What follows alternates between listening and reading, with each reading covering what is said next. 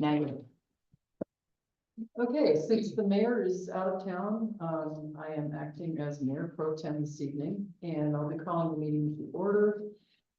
And then I'll proceed on the agenda from there. So calling this meeting to order 6:03 on Thursday, June 13th. Let's stand for the pledge of allegiance.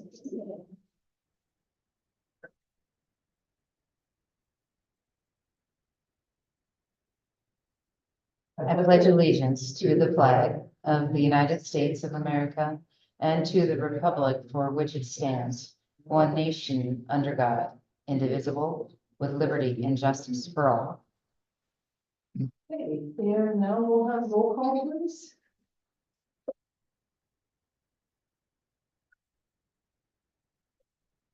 Counselor Beachhead, Here. Counselor Berggren, Here. Counselor Martin. He will be trying to join us online. Counselor Stancliffe, Here. Counselor Rigney. Counselor Wilson. Member Sandy Berggren. Here. Member Holm, Carol. And Member Larry Holm. Here. Member Jean Nelson. Here. Member Lori Nelson. Here. Member Mark Ward. Here.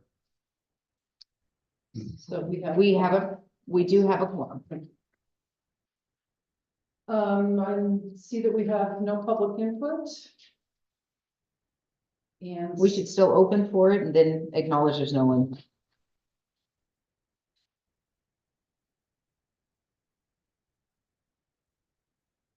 I'm sorry, what? We should still open and offer public input.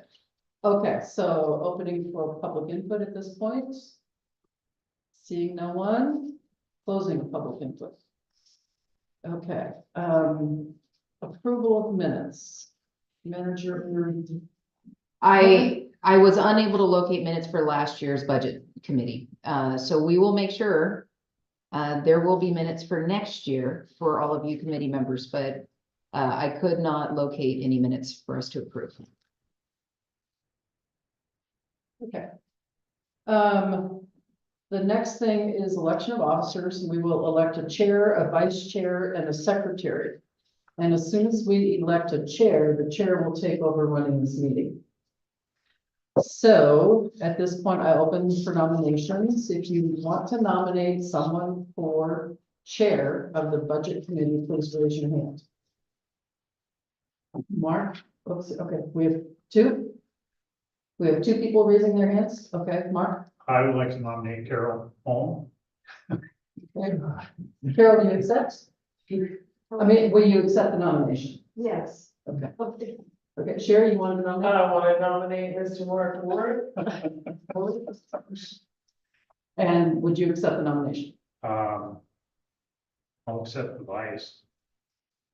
So the answer is So no. you want to Yeah, say the no? answer would be no. Okay. So we have one person nominated for chair. Sorry, that's right. We need a second for the motion to nominate Ms. Holm for chair. And we have second, okay. So do we have to vote when there's only one? I would call for a vote. Okay, so call for a vote.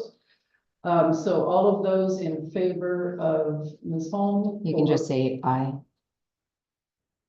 For, You don't have to do a roll call. You can just say all those in favor say aye. okay. All those in opposed? favor say aye. Aye. Any opposed? Hearing none. Okay, so Carol, you will take over at this point and ask for calls for nomination for the vice chair and the secretary.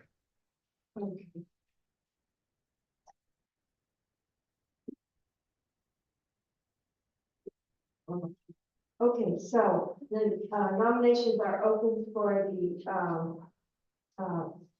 position of budget committee vice chair. I nominate Mark. I'll second. It's been moved and seconded that Mark Warwick be the vice chair. So do I have to ask you to elect that? Okay, do you accept? You already said you did, so okay. Okay, okay, so Okay, Joe seconded, okay. And Mark. Okay, so the nominations are closed, and all those in favor of Mark Warwick for the vice chair, say aye. Aye. And those opposed, say no. Okay, so Mark is the vice chair.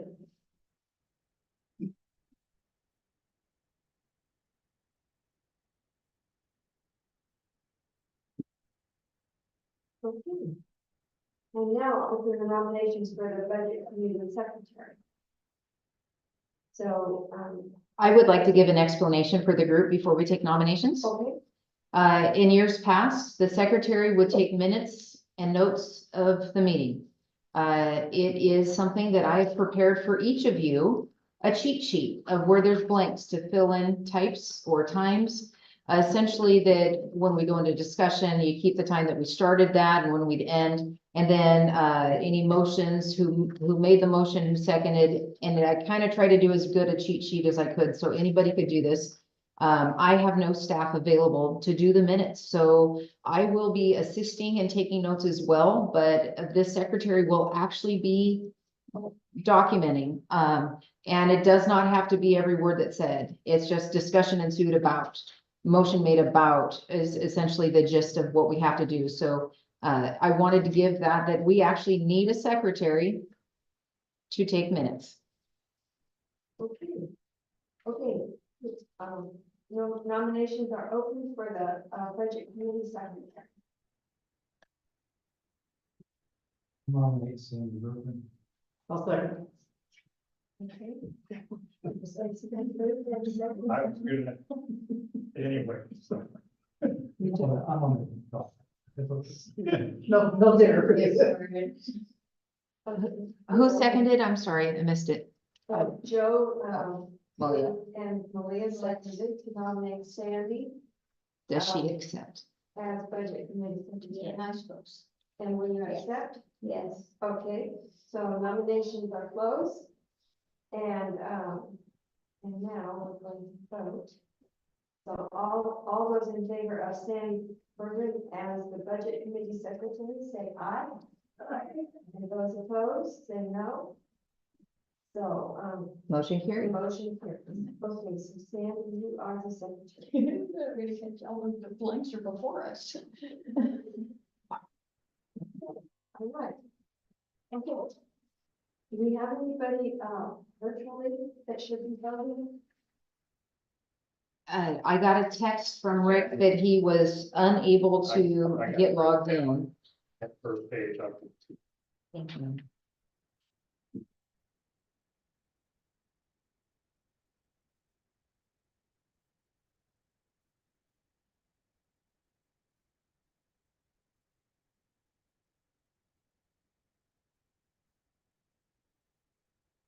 His phone was updating software, so he wasn't able to log in yet. So I'll see if he responds and I'll update the group when I hear. But for now, we have a quorum so we can continue.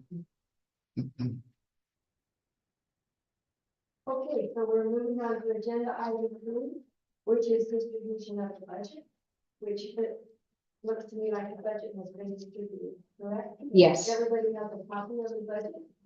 Okay, so, and now we'll move on to the budget message, and Lily will, present the budget message. Thank you.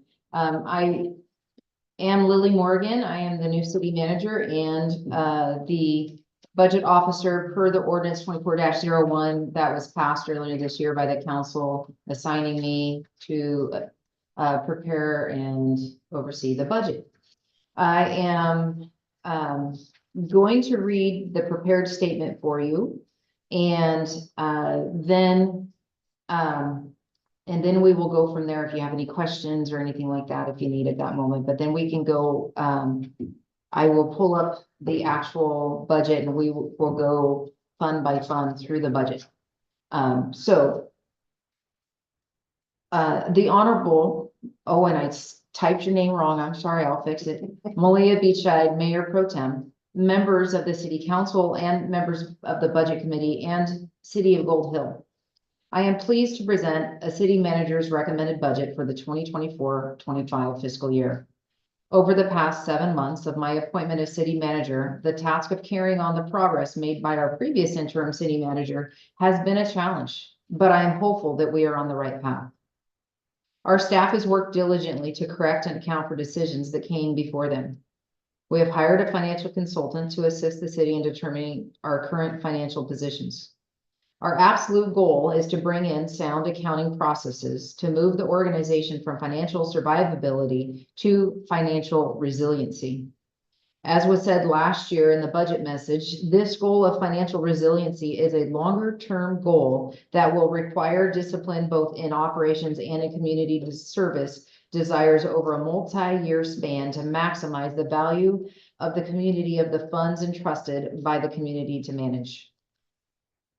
Year in review. Before the forward look towards the 2024-25 fiscal year, it is worth looking back and noting a few of the accomplishments of council staff in the community. They include City Hall has a new roof thanks to the revenue from leasing half the building to the Oregon State Police. We have hired a new permanent city manager and adopted an ordinance updating our city manager's role. The transfer of ownership of the sewer system to Rogue Valley Sewer Service, or RVSS, after the voters approved annexation. RVSS assumed billing in November 2023. We are still working on transferring final fund allocations and debt services to RVSS.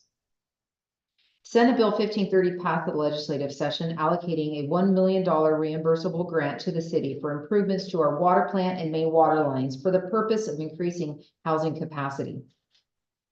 A facilitated strategic planning session was greatly attended by the community, looking to focus the direction of the city's forward progress. The Community Wildfire Risk Reduction Grant awarded last year was required to be restructured per Oregon State Fire Marshal instructions. The funds were reallocated over 3 years, ending in May 2026. The first year's funds were used to purchase a small chipper as well as other small equipment that can be used for fuels reductions within the city. Staff has identified and replaced many broken water meters to ensure accurate reading and billing of water usage. Adoption of a new mobile food vendor ordinance, which will open the door for additional small businesses in our community. Increased participation in city commissions and committees, improving collaboration and decision-making for council and staff. Creation of a charter review task force was formed and working towards bringing a proposal to the council and voters for this November's election. The awarding of, I had changed that in my computer crashed. It's supposed to be 5 additional grants from CIS Insurance, 1 for cybersecurity and 1 for dispensable space at the water intake. The Four-Way Community Foundation for replacing the front door to City Hall with ADA access, and Business Oregon, 1 for a water rate study and the other for completing the powerhouse sampling. Partnerships with Can Do for Community Cleanup Day, the Blue Bag Brigade, the Volunteer Hub, and many successful events like the Christmas tree lighting and Gold Dust Day heritage parades and events. We now have signed intergovernmental agreements, an IGA, for municipal court services and HR consulting. And electrical services have been added to City Park. Challenges ahead. The city of Gold Hill has an impressive array of services that it provides to the community, most notably its own water treatment and distribution system and its park system. As with most cities in Oregon and well beyond, the ability to properly maintain, upgrade, and replace critical infrastructure is extremely challenging and requires constant attention, planning, and timely access to outside resources, such as grants or low-interest loans to augment the local funds that are dedicated to this work. Last year, several new fees were initiated to target the parks, facilities, and street systems, along with rate increases with the water systems, have allowed progress to be made in addressing many of the deferred maintenance issues that council and staff know exist, but have had challenges in funding. With the allocation of the legislature for $1 million for this fiscal year, the effort will be to stretch every penny as far as we can for improving our water infrastructure. Further funding will continue to be sought as the work is beyond the financial capacity of the local community. Our municipal code is not current to state and federal laws and regulations and will need to be updated to current building standards. The state has instituted many requirements of reporting on mapping of our stormwater, water, and street systems, none of which appear to be current. External funding resources must be pursued to reach these requirements. Our financial software is not sufficient to provide services to the city and meet state auditing requirements. When the city switched to the current software, they did not purchase all the modules necessary to complete the work. We are investigating if we must add the missing modules, switch software vendors, or a combination of both. We will choose the route that is both cost-effective and that provides the tools to achieve the greatest success in documenting records. Payroll for our 5 employees is currently spread by percentages across 6 funds. This has created a challenge in allocating the expenses over the different funds. Consolidating the personnel expenses into the general fund should address these issues. With upcoming retirements around the corner, recruitment and retention of staff is an important accompaniment to the longer range capital planning that will be needed, as is the continued effort in addressing prior year financial record keeping issues that make future financial planning challenges to accurately estimate. Budget overview. The recommended budget for fiscal year 2024-2025 is $3,731,531. The fiscal year 22-23 audit showed many of the fund balances were not accurate. We have worked to update the fiscal year 22 and fiscal year 23 data but the work is still in progress, excuse me. The financial software has presented extreme hurdles to providing the information necessary to complete the audit and budget. Our consultant advised duplicating the 23-24 budget and present to you as the estimates of the numbers is still all we can do in some cases. We are presenting a hybrid. The fund balances are as accurate as we can determine at this time. And below is the summary narrative by fund to aid in understanding the forecasts and needs addressed. It's general fund. The general fund contains revenues that are the most discretionary, meaning they are the least restricted funds and provide for the general operations of the city's administrative functions, as well as operational funding for parks maintenance and improvements. Administrative costs that are directly attributable to the operation and administration of the city's enterprise utility funds are shown in each of those individual funds, with all remaining costs allocated to the general fund, generally staffing and technology, billing and costs. Of note in this year's budget is the consolidation of all personnel costs for city services into the general fund. Fund transfers will be made to cover the expenses. After service fees were added to the utility bills, the funds were intended to provide approximately $20,000 to repair the irrigation system in the park. Other planned park improvement include parking surface and striping improvements at the boat ramp area in the sports park and electrical service and lighting in City Park, which we actually have done. This fund is no appropriation under Public Safety Fund. This fund has no appropriations and is listed to show the final balances prior to the fund being closed this fiscal year. Street Fund. This fund receives its revenues from restricted state highway trust funds, gas tax. There is an allocated $210,450 for completing a local service resource network mini transportation plan funded by a TGM grant by ODOT and DLCD and other minor street repairs until another small city allotment grant can be awarded for paving. Sewer Fund. This fund is listed as a final reference of revenues to be transferred to RVSS after the annexation from 2023. The fund will be closed this fiscal year. Water Fund. This fund generates its revenues primarily from charges for services, sales of treated water to the community, and its expenses are primarily for professional services for contract operations of the water treatment plant. City staff do augment the contract work by conducting some maintenance and repair of the distribution system.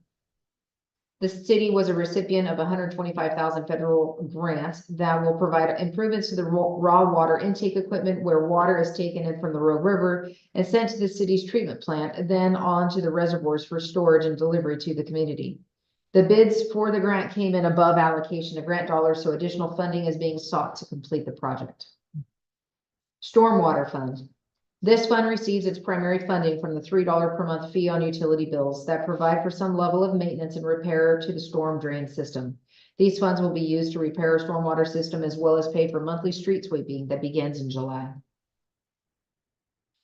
SDC funds. System development charges are regulated by Oregon revised statutes and allow communities to develop a methodology to collect funds relating to infrastructure costs associated with growth, typically tied directly with capital improvement plans for each of the categories of SDC that each community implements. The city of Gold Hill collects and manages SDCs for water, sewer, and storm drains.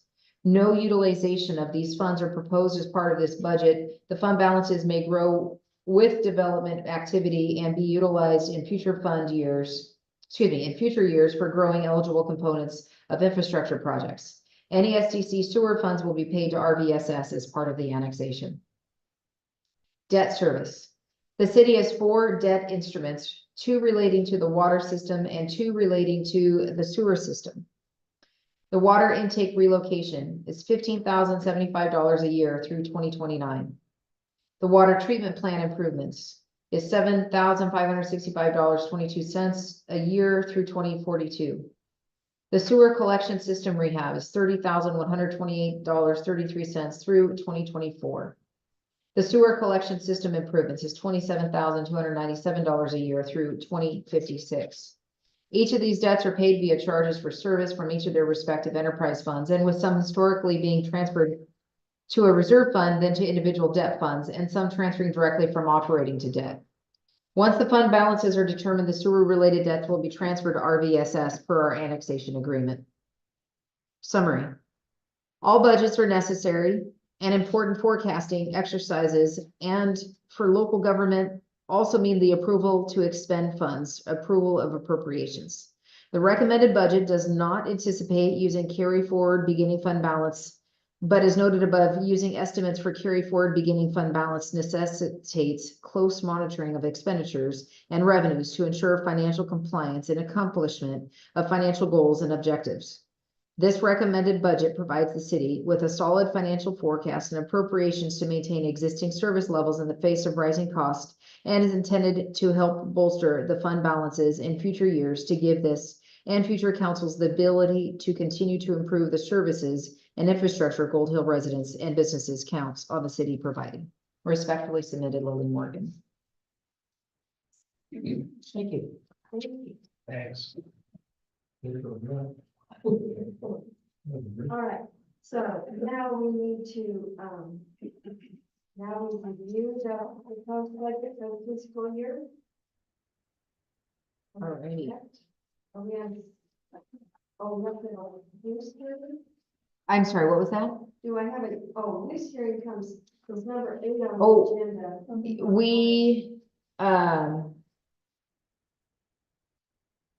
We will review the budget, Okay. and then we will open for a hearing to the public to give their opinion on how we should use the shared revenues from the state shared revenue. So we have to have a hearing that we offer to the public. So we'll review the budget first. Okay, okay. So, the budget officer, that's you, right? Yes, ma'am. Yeah. You'll lead the review of the proposed budget, discussing each fund and major category individually with questions and discussion along the way, identifying differences from previous years. All right, so, okay. Okay, so first before you is the funds as a whole. This is the proposed budget in one allocated thing. And I'm going to put this up on the screen so we can also see it.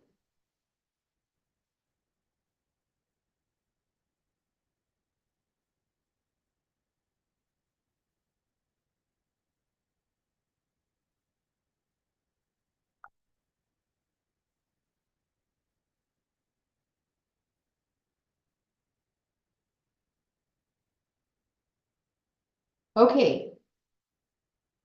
It is not easy to see. I apologize for that. I'll try to zoom in a little bit here to see, but you also have this in front of you. So you will see that the carry forward numbers are not very specific in any of the funds.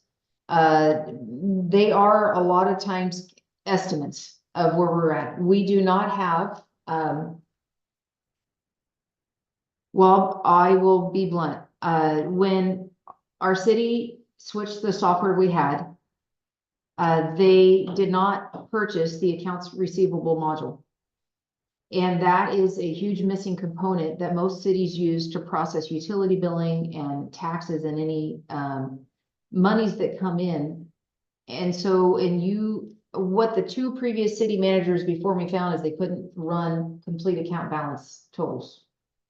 And this is part of why. They never purchased the portion of the financial software. When you look at our computer, it says financials are there, but it's only accounts payable. And that is a huge missing gap. So I've asked for a quote for the accounts receivable portion. The second thing that happened with our software is when we switched from Springbrook to the current software, nobody built in the assets and liabilities into the computer as a starting point. So there's been no beginning fund and no ending fund per fiscal year because it was never started with. That is also attributed to the fund balances being in disarray. In addition, when our complete staff turned over, little over a year and a half ago, the new staff were realizing that our budgets were tight. And so our software charges by the hour for training, and they were trying to be fiscally conservative to not cost the city more money. And so there's training that we are going to be having soon to be able to address some of the portions of our financial software that are not there.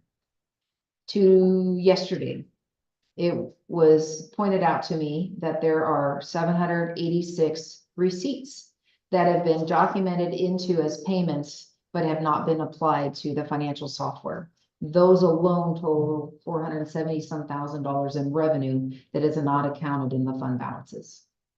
That's one example of some of the struggles that have been going on as they're trying to figure out where things are at. The last budget year that was built into the financial software was the 21-22 year.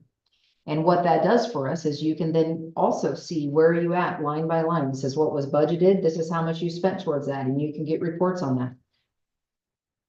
This is normal accounting practice in financial software and our use. It has not been done for the, and so starting at the new fiscal year, this is what we're going to be working on doing, is going back and building those numbers into the 22-23 year, the 23-24 year, and now this fiscal year, 24-25 year. So we have 3 years of budgets to enter in to the computer. The software company has said we're not too far gone, that we can't still correct in there, but it's going to take time and it's going to take some training of our staff to do that. So this is part of what I'm weighing in the balance of, I've been asked, can we just switch software? Well, there's no point in switching software if we don't correct what we have, unless the cost is so astronomical that we're just going to have to start from scratch and build it in a new software. So that's what we're trying to identify right now. I have both a former finance director of a city that is offered to help volunteer time, and we're also paying a financial consultant. And so these are some of the things that are coming. We ran out of time. When I started in December, I was told the audit was coming in February. After the audit is when we learned that most of the information was not in the system, and slowly been trying to figure out what are those ways that we do that and account for those. We found many of the items that need to be addressed and entered that weren't even entered in the financial system. One example is our payroll. Previous employees to any of our current staff were not paying the taxes or insurance that were withheld from payroll. So our internal financial software would calculate correctly, but we were in such arrears in our payments that when our last budget officer a year ago came to the city, he was having to help save us be canceled from multiple projects and policies. In that, they chose to go to a third party to have our contracted services or our payroll contracted out. But ever since that time, nothing has entered into our financial system because of the percentage breakdowns of every type of thing. And whoever created our software did it by person, by tax, by just to a level that is not even, we're going to fix it. We're going to fix it. So we've got some of those things entered now, but it has been quite a challenge. And so you'll see some of these are more specific than others. And with that, where I can and where I've been able to determine where we're at, you'll see those numbers when it's the best guess. And Adam's last year numbers were guesses in a lot of these capacity. For the most part, the budget that was adopted is what went into the 24. We do not have fund balances for the 24 year that we're coming to the end of right now. So you will see that most of that 24 year is the adopted budget from last year, with some exceptions where I have been able to determine what those amounts are. Some of that is from me sitting with a spreadsheet and taking 3 years worth of data and entering it in and figuring it out myself, because our financial software is not producing the information. So, yes, sir. I just think it's important to note that this is not your fault and you're trying to fix it, Thank you. so.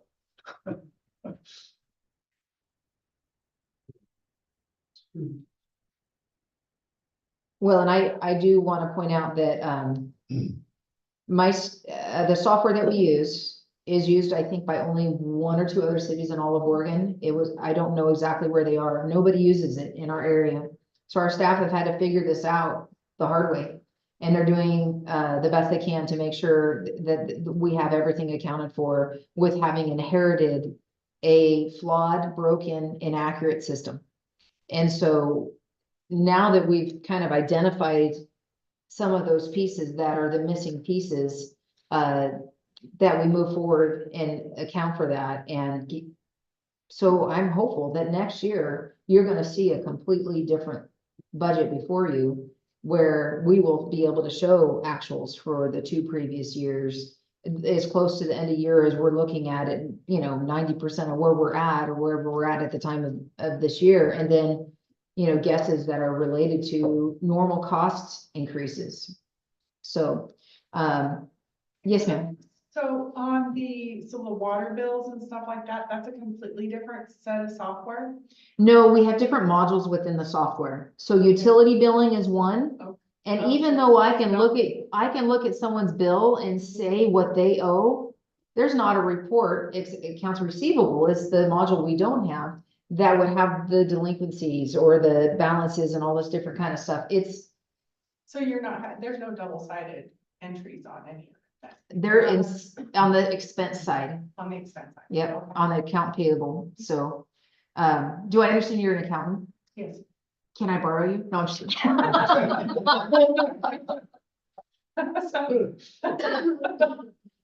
Anyhow, so you are going to see big changes in some of the payroll, because like I said, I ideally, we will come during this fiscal year and move all personnel into in this budget, all personnel's in the general fund. But instead of it being parks and office, I'd like it to be field and office, and create this year with the council a special fund for parks. So we have a street fund, we have a stormwater fund, a water fund. We don't have a parks fund on its own, but there's now a service fee for parks. So to me, it's appropriate for that to be dedicated, and we can see where those monies are going specifically and not just meld into the general fund to be lost. And so that the goal by next year is that when the budget comes, it won't be under general fund that it's city offices and parks. It would be city offices and field. So we're unique. Most cities are large enough that you have an employee that's dedicated to a department. We have 2 field employees that are having to be experts in streets and stormwater and water meters and fixing broken pipes and trying not to get the dirty stuff, and then parks. And we have beautiful parks and miles of parks and irrigation systems and vegetation management and all of that kind of stuff. And it is a lot of work for 2 people to do. And so we have relied heavily and will need to continue relying heavily on volunteers and that coordination. It's a lot of work, and I'm amazed at how much gets done with 2 people, and the help of volunteers is just extraordinary. So anyhow, so this first page that is in your packet is the proposed budget as a whole. You can see the carry forward, which would have been the ending balance from last year. Any operating revenues that we have documented per fund. If there's transfers in, that's from one fund account to another. And then, so the total resources are those amounts together, and then operating expenses are going to be, listed there to the right, any transfers out of these funds to another fund. Contingencies, or if there is a fund balance at the end of the year, in every fund, I've put that into contingency, and here's why. If I don't allocate it into contingencies and an emergency happens, there's nothing I can do with that funding. It's restricted. But if it's in the contingencies, we can go to the council and then come back with a supplemental budget and say, we needed to spend this money and it's available for our use. So following state budgeting law, that's the best practice to put the ending balance in those areas into contingency. So you'll see the total appropriation and then total uses. I will point out that in the fund that was the street fund in my budget message, that is not the full allocation that I presented to you, because a good portion of it is going to go into contingency. We have applied for a grant and are hopeful to get that grant, and that is what the allocation was to do the transportation plan. And then the other portion is the $3 utility fee for street repairs and such. So I was intentional in the budget message not to put all this other numbers that are not known, but what we do believe we'll have for this year to allocate. So that's why the other portions in contingency, it's not known. And as we go into each fund, I will say that these are good guess numbers, but we're going to be conservative. We're not looking to blow through budgets because the numbers are guesstimates. So we still have to be very frugal and conservative where we can. You will notice that we have equipment around in the back of the room. We had a water leak, so it came out of storage. I apologize for that. And we have equipment back here, donated equipment. Some of it was purchased with COVID money. Back here, we sold a truck, and that truck was able to buy some stuff. And the goal is to put monitors on the dais so that when we're doing a presentation, you guys can see along the way, and to meet state requirements for microphones for streaming and stuff. So there's things that we're trying to be intentional about of what can we do to get this stuff without going to taxpayer dollars to go there. The summary page is the next 5 pages in your packet. And it is basically the same thing that you just saw, except that in this case, it is broken down by if it's revenue or what the total revenues are. And then kind of the big way of accounting in municipal governments is what's your personnel cost, what's your materials and services, what's your capital outlay, which is what you're planning on spending on projects, your debt services that you would owe, and then any transfers to another fund. And then your contingency again is what's left over. So there's not a lot of detail in each of these, but we're going to go into that. I think the fairest thing is to just start at the beginning and go through the general fund and look at it and go through and work our way through all of the funds for you guys. And to show the best that we can, you will see that the revenues and expenses equal each other.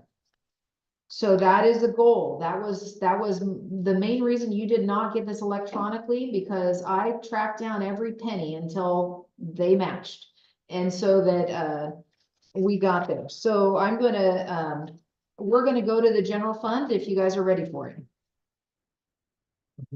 See, does anybody have any questions? I believe this is a lot of information at one time, and just give anybody a chance if they have a question. Just on this summary page here, I don't mean to call out typos ordinarily, but these are important, I think. So where it says under general fund there, the second line down, it says personal services, that's supposed to be personnel. You're right, it is. And I will tell you, I didn't create this spreadsheet. I used it from last year. And so I will get that updated before next year. And it's, yeah, looks like it got copied and pasted all the way down. Yeah. And then the same thing with capital, 2 lines down. Oh, yep, I see it. Capsule. Okay. Nice. Just, Tell you what, we will get those typos fixed. Thank you. I think as many hours as I've spent on I'm this, sure, I I'm think I'm sure. just seeing cross-eyed at this I'm point. sure, that's why I hesitated. I wouldn't fix that either. Even, yeah, no, it wouldn't, why I hesitated to bring it up, but in this case, I think it's important to make sure that we do go for those. So last year in the adopted budget, they had 200,000 listed for working capital. We're kind of there again, but one of the things that was a blessing in disguise is none of our LGIP bank account was deposited into any of the accounts. So the money's been sitting there gaining interest. What's LGIP? LGIP is our local government investment pool. The state, it's a savings account that the state invests so that we can garner interest and earn money on our money. And so when you see in this first part, the general fund, we always start in every fund, we start with resources. That's money coming in. My intention is, if you guys approve, is to use or to set aside about 200,000 from that savings account. So that if we do have to, there's a couple critical infrastructure things that we may have to do, as well as if we have to purchase the new software, to have it on hand that we're doing. So that is what part of that 400,000 working capital is approximately 200,000 that we had from last year's budget. And again, we were advised to literally take last year's budget and present it to you. I couldn't do that in the areas I knew the numbers for, so that's why it's a hybrid. So this is approximately 200,000 that we would be taking from LGIP. And then the council has approved us to sell a piece of property. And that is where you see sale of assets. That is what the listed price is there. So the goal would be, when that is sold, is to return it to the LGIP account for the portion that we're going to pull out to be able to purchase some stuff, so that it'll go back in there, replacing what we're taking from the savings account. So you're gonna replace the 200,000 with the money from the sale of the property? Correct, but it is, I mean, it's still existing money that we already have, so it's not like, that's why 200,000 is in working capital, because it's money we have already in the bank, versus the 175 is new revenue that would be coming in through the sale. So working capital is carryover from previous balance.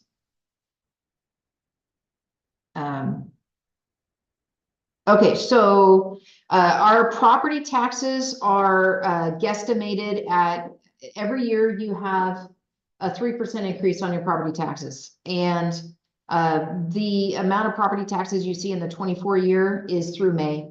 And that's our actuals through May. So what I did is I averaged the 11 months of property taxes, and to figure out what it was, you know, what the average was, and then multiplied that by 12 to get what it would have been for the full year. And then I multiplied that by 3%, which would be our increase that you will see on your assessed value through your tax bill through the county, to guesstimate where we're at with this proposed amount of property taxes. So that's how I accounted for that. Where's 3% come from? I thought it was 1.6. So that's the rate. Okay. So okay, so your assessed value cannot go up more than 3% a year. So you have your real assessed market value, assessed value, your measure 55. I mean, you'll have lots of little values on your bill that show at the various levels, if it's a measure 5, measure 50, you know, all that other kind of stuff. But there's a limit and cap to how much your taxes can increase to that 3% amount. So pretty much all your property taxes go up 3% every year based on when it was last assessed. And so By the county, you have a real market assessment and you have an actual assessment. And so there's a cap of 3%. So we can't raise our tax rate, but we get 3% more out of it each year as that assessed value goes up. I see. Thank you.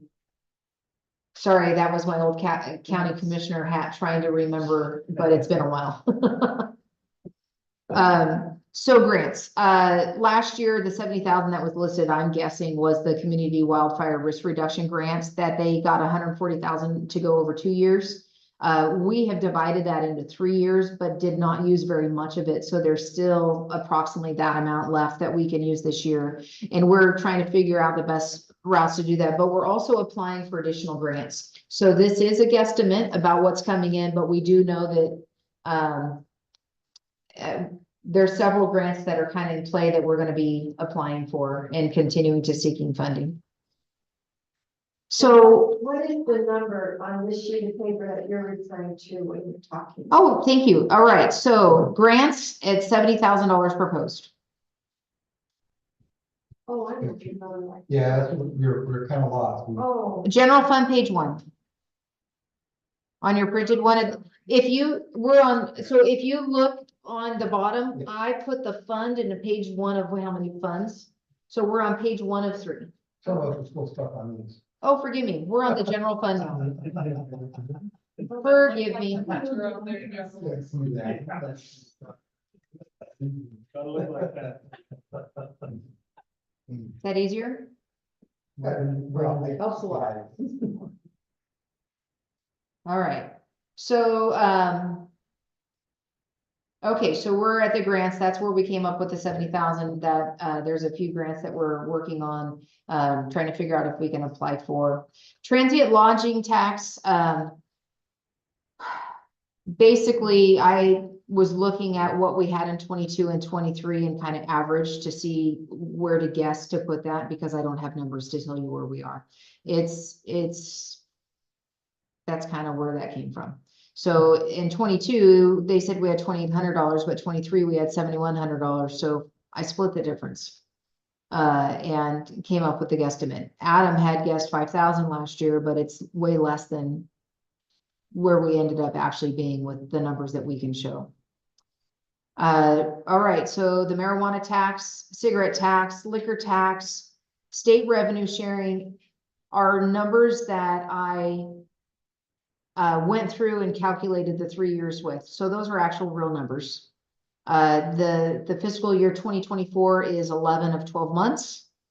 And so the proposed was based on the averages of the 3 years and kind of guessing. That's not one that raises by a percentage. We're kind of staying pretty steady. So what you'll see in the proposed budget for each of those lines is literally an average of the 3, bless you, the 3 previous years listed there. and those stem from sales within the city? Correct. Do we get a gas tax too, since we have a gas station? Well, here's a funny thing about gas tax. Turns out, gas tax is one of those areas that it's not entered in the system right.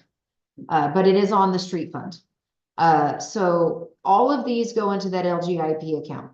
So when I got access to LGIP last week and we got when we learned they weren't into the system, I went through 3 years worth of statements, created all these spreadsheets to make sure we have it all right. And all of these are ones that are deposited from the state directly into that account. And so that's why I have these numbers. The gas tax is not directly deposited into the account. They send checks, and we do not have a way to run things by. I learned that they had got deposited into franchise fees, and I don't have a way to get by vendor in the franchise fees in our software. So I have to go back and find the checks to find out how much it was. And we're going to address that to get it sent to a different spot so we can account for how much is coming in. But it's a guesstimate on the gas tax. It does count as state revenue sharing, gas tax does, but it had apparently been applied to franchise fees with all of the other groups that we get franchise fees with. But in the budget, it's listed in streets, and the franchise fees are what are listed here. So I'm hoping they are actual sales. We have a business license, and if you sell liquor, you're supposed to pay another fee for that. And so that's what the city liquor tax is, and I don't know how much we get. Business licenses, we do get about $12,000. That number was about what we did the last year. So franchise fees, the reason why I didn't go exactly with Adam's number from the previous year is because in January of this year, we started getting franchise fees from our VSS on a monthly basis. They are now giving us franchise fees. And so we have 6 months that we looked at. So I averaged those and figured out how much we're going to expect in a year. And I increased the proposed amount in about that amount. So, So is that item just RVSS or was that RVSS and SNS? that is Spectrum, Hunter, as Southern Oregon Sanitation, Avista. Avista, Pacific Power, Okay. it's everybody. I am trying to get that clarified. Again, accounts receivable would be a great module to have to know where our revenues are coming from. Is there do you have a cost estimate on that module or any idea what that's I gonna don't. cost to add? One thing in this process with our consultant, we've spent well over $100,000 on our current software. And, it's, the right word is asinine. How do you get a finance software package with only accounts payable and not accounts receivable? It just makes no sense. Mhm. What was it, trial version? I have no explanation. And all I know is our staff's trying to figure out how to get the details and then when we found out we don't even have the module.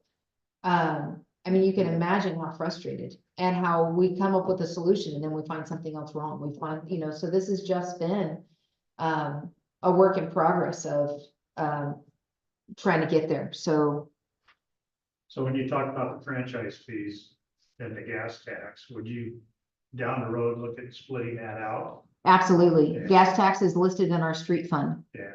And gas tax can only be used on transportation, costs like materials. It cannot be used for personnel. It cannot be used for, any other project. So we have to have it in the street fund for transportation related things. So, we'll have a lot to talk about when we get to the street fund too. All right. I should have ordered pizza. The beer. Lien search, I'm guessing that's amount, but we get $25 for every lien search that we do. The parks and services fee, I changed it from 20,000 to 2960 because that's what it's supposed to bring in if we're collecting the $3 from everybody in utility billing every month from all of our accounts that we have this on. So I just put it to where it's actually supposed to be. Facility rentals, that is our lease with OSP. They have the other half of the building. And there is talk in play for making that long-term, which is pretty exciting. Oh, yes. Nice. Like a satellite office? Nice. In partnership with the sheriff's office. So let's keep our fingers crossed that would be, we have seen a drastic benefit in our community by leasing that portion, and so very excited. Okay, so sale of assets, this is the projected amount that we have listed our property on 7th Street for. So I am hopeful that we at least hit our target. How many acres is that? 4.29. Interest, this is not a random number. This is the investment pool. You can look at the last 3 years of interest that we got. Again, the 24 year was 11 of the 12 months, but we're seeing an increase in the interest that we're getting in that account. And so I took the average of the 3, and that's how I proposed that amount for us. So with us, so there is about a 20,000 from the street fund that I am transferring over. And I'm gonna be blunt, at the moment, I just blanked on, I don't remember why. But I'll be honest with you. But the water fund is very specific. That's how much we spent from the water fund on personnel. And so that is why that amount is transferring over. With us moving all of the employees under the general fund, some of the revenues from the water fund can come into here to help cover that cost for us. So that is why that number is what it is. When we get to personnel services, which is coming up next, I have incorporated in pay raises. So, yes, ma'am. For the water fund, is that what we pay Southern Oregon Water Tech? No, that's separate. We'll see that in the water Okay, fund. thanks. This is, our payroll. Okay, So every single employee is paid out of the water fund. Our, 80% of what our clerk does is related to billing. And it was something that we split it between the sewer fund and the water fund as we had the revenue. We still do all the work for them to do their billing on. Our numbers of meter reading is what they are billing sewer off of. And so we have to report that, still every month as well. So, it's one of those things that is the only other revenue source that we have, a significant revenue source, because it's the utility billing and all that other kind of stuff, but it's the vast majority, at least, I mean, a lot of our time. But instead of trying to figure out each year, well, what percentage of your time was on that fund? Let's pay payroll out of admin, and then we'll charge the funds for the portions that we're doing administrative services for them. And once we get a better idea through this year on what does that look like? I haven't been here through all this, seasons yet. And on top of that, when I started, I was like, hey, when do we do street paving? Oh, we do that in the summer. We get money every year. Guess what? We don't. And so there's different things of this that you kind of learn as you're going, well, when's that money coming in? Well, you didn't apply for that grant. Wait, it's a grant? Okay. So that's why those gas taxes make such a difference, because that's about all that we have to go on, plus that $3 utility fee that will go towards street repairs. But I'm getting ahead of myself. That's the street fund. Okay, so that, regular employees, I will tell you one thing that I am going to be proposing to do is to bring on a student intern at up to 32 hours a month, paid through the university, to help us with some office stuff. And the reason why is because we have budgeted for our city clerk to be full-time. And she works 32 hours a week. There's 8 hours of her pay that are not being allocated. And yet I'm also missing out on 8 hours a week of work that we need desperately. There's a way that we can have a student intern at a flat rate and not have to do as a seasonal temporary kind of situation that we don't have to pay the benefits and all this other kind of stuff. There's a special program when I was a state legislator, I had a paid college intern and they got a flat rate. And there was no taxes, no nothing. It was a flat rate. And so I have been in touch with Rick Bailey, the SOU president, about looking to try to get an SOU interns on a regular basis. And so with us having it budgeted for the full 40 hours, but we're not spending the full 40 hours, I can get a second person in and try to start getting through all this paperwork and getting things documented. We have our ordinances, just one project alone that I am looking to tackle, codification. Generally speaking, you'll look at a municipal code and you have different chapters or titles for different topics. Our water chapter is Title 7 or Title 13. Our planning is Title 17. The city of Gold Hill has passed an amazing amount of ordinances since 2004, the last time that book was updated. And not one of those ordinances made it into our code. I have reached out to a company, 20 years of ordinances. The next thing I have to do, and why we don't have a quote on how much it's going to cost us yet, is because I have to individually scan about a stack this thick of ordinances to send to them. We don't have them electronically. So I have to scan, create the PDFs and send them individually labeled. And that's time consuming. And would it be neat if there was a student intern that could do that at a pay that's reasonable and then get that done, so that we can, many of the other cities, as we were reviewing our charter review, the charters of other areas, many of them have contracts with the code companies that as you pass a new ordinance, they'll codify it for you and keep you current. And all of them say, we're current up to this ordinance. Well, we're not current since 2004. And it's impacting our, it needs to be done. And it's gonna be time consuming and costly. And so, if I can help have somebody that can do that kind of work, I need another body. And an intern allows me to do it in a way that is, cost efficient. Now, I will also be reaching out to the volunteer hub to see if they have any amazing volunteers that don't mind office work, that would be willing to come and scan. But as you heard me say at the beginning, or right before the meeting, our scanner's down. So we'll get there. Okay.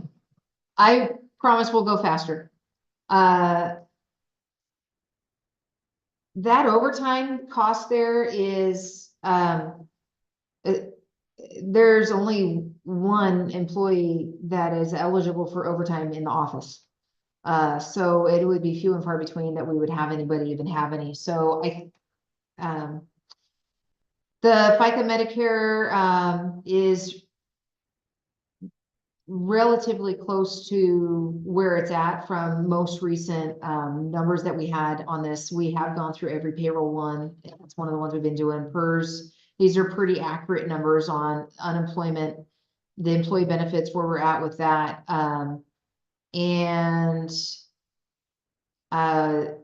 We list it because it comes out of their payroll, but the Oregon transient tax comes out of employee pay. So, but we do pay it on their behalf as well as that's the workers' comp portion. That's just resources. Oh, I mean, expenses of personnel in the general fund, that's in office. Now we get to do materials. This is where you will see the expense for the software. Yes, sir. Can you go back to overtime? That's $71 a year. Yes, So we have D over hours when we're doing all our meetings. who? D, So D is salaried, she doesn't get overtime and she flexes out on Fridays. So it's part of why we're not open to the public on Fridays, because our clerk works 32 hours in the week and our recorder works evenings. And so based on where she is in hitting her hours in the week, Fridays are kind of dedicated for her to get a lot of the bills entered and taken care of and things prepped and then flexing out that time in the week when she hits her 40-hour markish.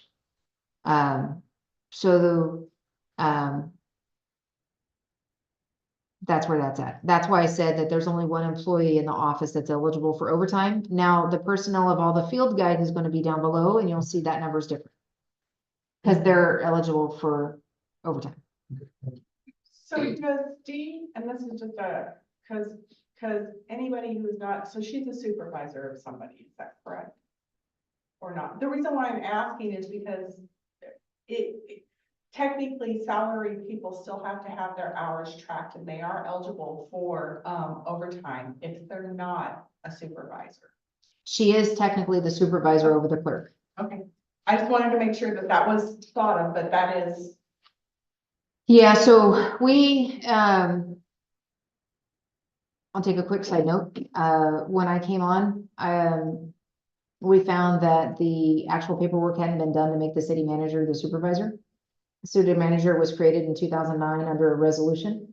The Public Works and Park Superintendent position was created, I think, in 1967 by an ordinance and so made it into the code. But what's interesting is that position, we don't have anyone technically in that full position, even though kind of.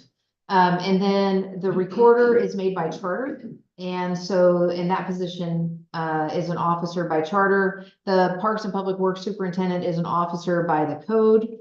And so when ordinance 24-01 for the city manager position that got updated by the council earlier this year, created the city manager as an officer and assigned the city manager the supervisor of the other officers. And so the charter said the only position that can't be supervised by an officer is the municipal judge. However, we're contracting that out. So, but technically, both the Public Works Superintendent or Parks and Public Works Superintendent position is supposed to be supervising utility worker, and the recorder is supposed to be supervising the clerk. We are going to have to look at that, though. It does not make sense that one of our supervisors is getting overtime, the other's not, and it does not make sense to have 3 supervisors out of 5 employees. But we are, quite honestly, we're doing the charter review task force to update, because our charter was made in 1968. When the city recorders were primarily the administrative manager and the public works superintendent was kind of the field manager. And then when you went to a city manager, there's stuff that goes to the city manager, but our charter never caught up. And so we're reviewing all the charters. We're gonna bring something back to the council to present to the voters in November, which will update some of this and help clarify and distribute roles differently. So- Our current charter is a mayor council form of government, and we're not required to have a city manager. Sure. And we've had councils in the past that didn't want to hire a city manager, and a town even this size can't function without a competent city manager. We approve. And, yeah, and that's part of what we're trying to fix here, and so we're doing some of us here are part of the charter review committee. Okay. We want to change it to a city manager. But- Council form of government, council, city manager form of government. We're covered under the charter by the council being able to create an officer as a city manager, but there's other pieces that still need to be addressed. And because Dee is the recorder and the restrictions in the charter for the recorder are kind of where it's at right now. A lot of charters have updated that a lot of the recorder duties go to the manager, and then the stuff about elections and things that are recorders in all cities stays with the recorder, and it kind of gives some more flexibility. I don't want to lose any of my staff. Correct. And my goal is that they all successfully retire when they're ready, and that is 100% what I'm gonna fight for. And so, and I want them to feel appreciated and the work that they do. There was a wage study done before I came here, and I'm gonna move on to this regular employee's wage. You will see it is increased from where the wages were before.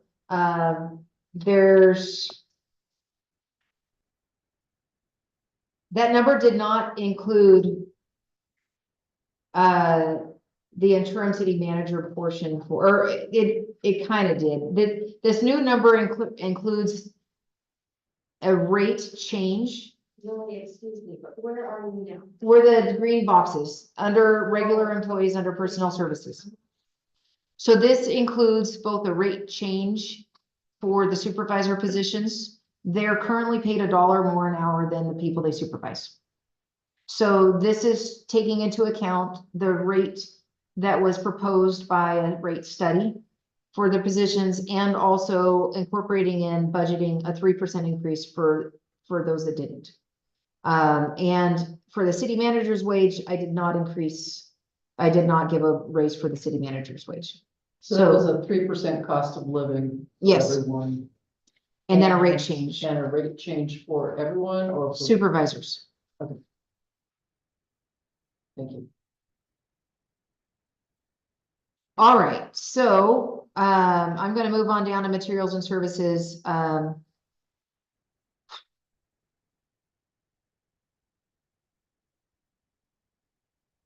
We had, some of these numbers are not seen in the previous because they were, kind of, I consolidated some things, I moved some other things around, and, just different office space. At some point, we are looking maybe to bring in our utility billing invoicing, like when we send people bills. Right now, it's taking over 2 weeks for people to get their bills. And it is infuriating what's going on, and I'd rather have us print them in-house and get them in the mail and get them to you in a week's time, because that's what it's taking for mail around here to get to people, is a week. It goes to Portland. It does go to Portland first, but we're paying a third party to send them. And it's taking over 2 weeks, and there's no reason why. We've tried to find out with all the pieces of who the what. Well, we got them on this day. We took them to the post office within 2 days. Well, they're still not coming to our people in over 15 days. And allowing less than 2 weeks for people to get their bill and have to pay it is just not okay with me. And so, the postage and some of this is increased because I want to make sure that we're doing the right thing by our people with our bills. So that's what happened there. The 150,000 is what we're dedicating towards just standby if we need the software. If we don't need it, I'm not gonna spend it. If we can get away with doing that module and figure out how to stay with our current software and fix it, I'd like to save the most money. If it's it's not redeemable and we have to go to a new software company, we have to be able to be ready to do that, because before yesterday, I was ready to pull that trigger to get a new software company. And yesterday, spending 45 minutes on the phone with our current software and learning some of these pieces that I did yesterday is what made me go, we gotta find the best path to get us there, because if we don't have the right information, it doesn't matter if we go to a new company. But if we do have to do that, for instance, 3 or 4 weeks ago, I heard our staff saying a whole month of finances just disappeared. And there's weird quirkiness with our current software, so we may still have to switch. But I'm not going to go down a path of spending money until I know what's in the best interest for us, but we can't wait indefinitely. Our contract is up at the end of this year with our current software. It'd be a good time to switch. And the best practice is to have something new in place, so when you switch, you have a smooth transition and it doesn't cause chaos for everybody. There are no perfect municipal finance software companies. Everybody who's got a software company has an issue with them in one way or another. And you know, then you'll have people say, just use QuickBooks. Well, they're not perfect either. But we are looking at several that have been proposed to us. And I'm trying to find the one that is going to serve our needs best with the services that we offer, with the amount of people that we have to do this. So that's where we're at. Equipment, this is an expense. We are getting computers, and I'm getting a laptop. Dee's getting a laptop. We are going to serverless. We got a grant to help us with cybersecurity that was listed in the budget message. And with that, some of our onboarding we've done with multi-factor authentication, some of these other things are paid for by that grant. We have funds there to update our equipment. And what's not paid for between the grant and the rest is from the sale of the truck. We'll be able to cover this. That's where the revenue came for this purchase. For Carrie's computer was down completely 2 days ago.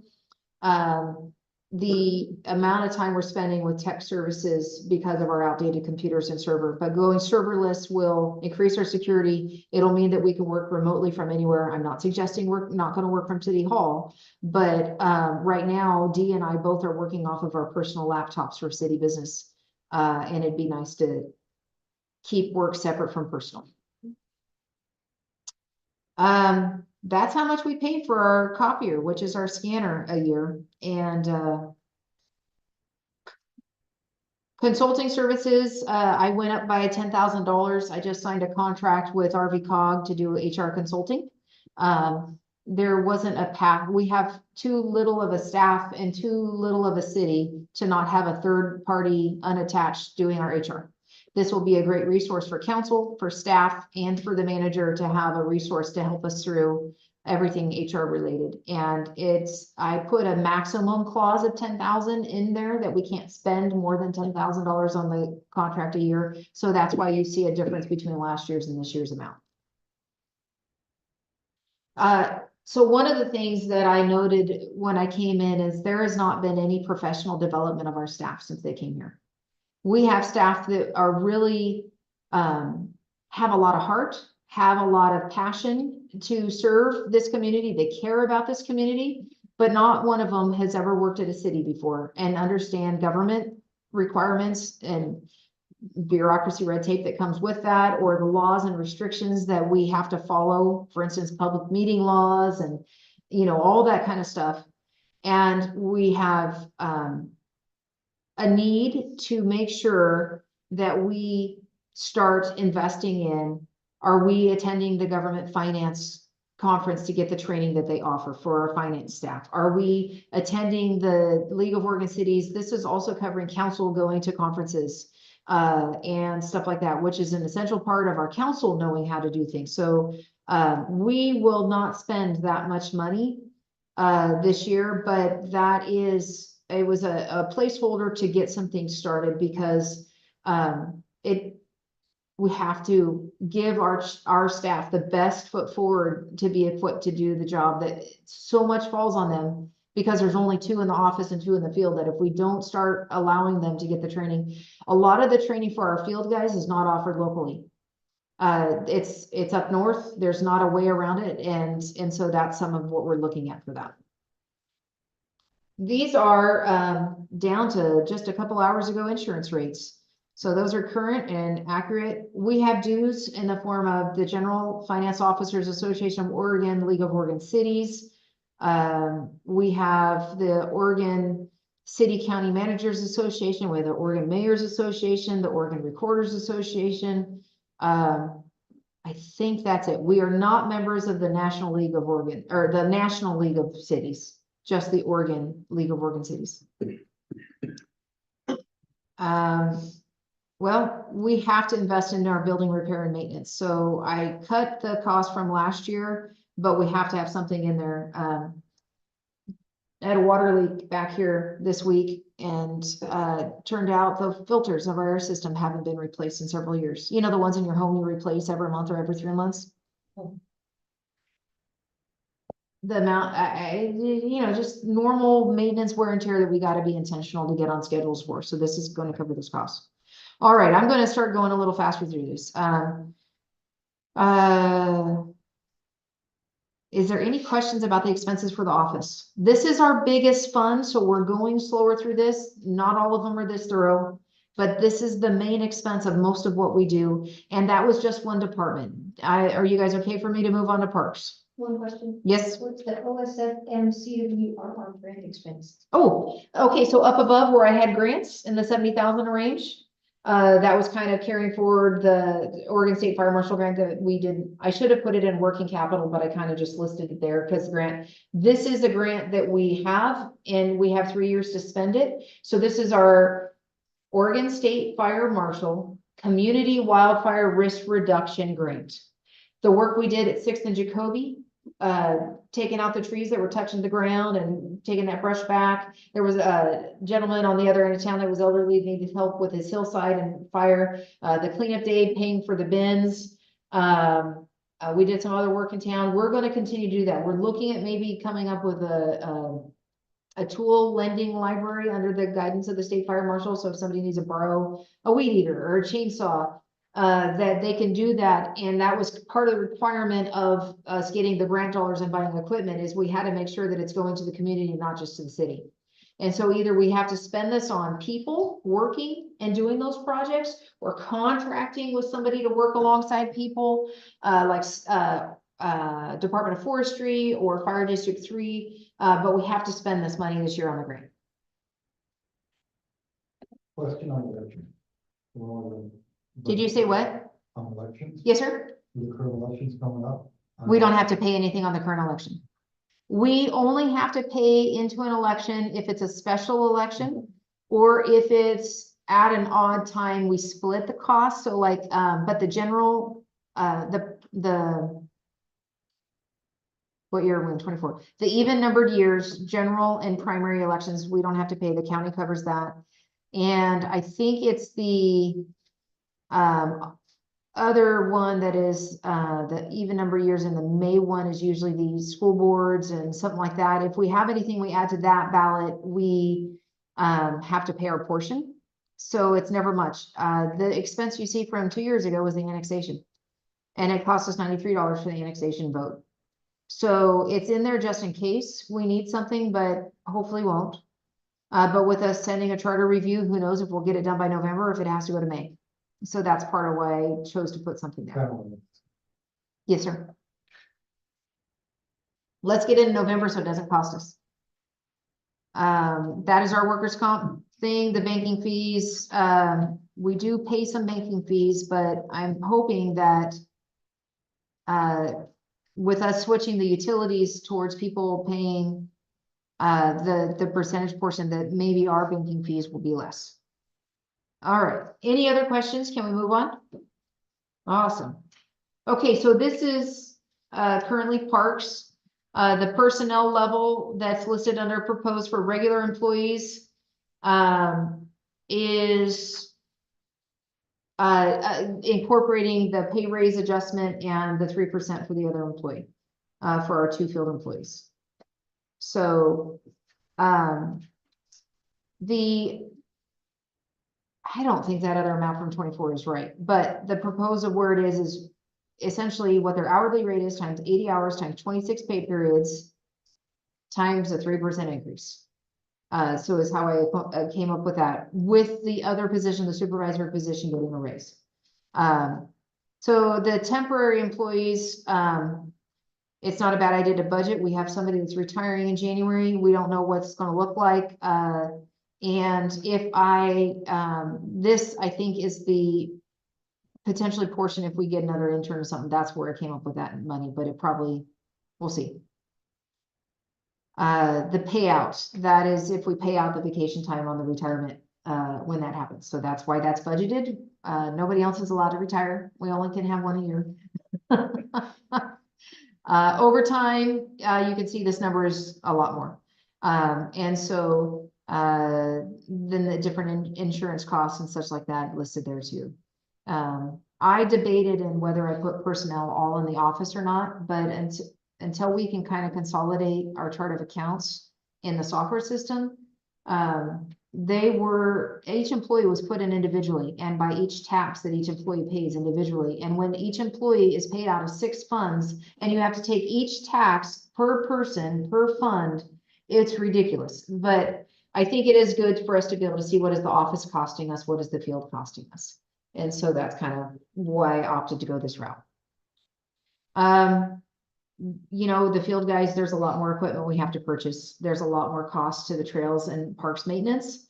But the fee that the $3 utility fee can help pay for some of this. Of course, there's fuels and different things, and there's a cost to preparing for special events, a little extra work and our contribution towards some of that. Most of the utilities for all of our city services are actually paid out of the office fund though, and that's why this utility amount is less. I believe it might be the park lights, but that's about it, so. I did not have any capital outlay per se, and so the rest of the fund of the general fund that I could tell went into the contingency. And the reason why that number is what it is because there's a lot of guessing in what our numbers are. And I don't want to spend down, I mean, this has given us a cushion because there's some revenues up there that might not happen. What if we don't sell that property for $175,000? So that's why we have so much left at the end of this budget, because we want to be intentional to keep us safe. Any questions on general fund? Question on fuel repair parts. Is that including what our guide, what our parts people are using to drive around and all the fuel that they're using per year? I honestly copied the number from last year because I don't have a cost in that. Good. But yes, it should be our fuel, but I found vehicle fuels, repair and parts in several funds. And yet I couldn't see how they broke it down. This might be just the cans. Honestly, I don't know how they break it down. This is one of the things from the reports I would love to. Really good. It was in several funds. So, Like the personnel was.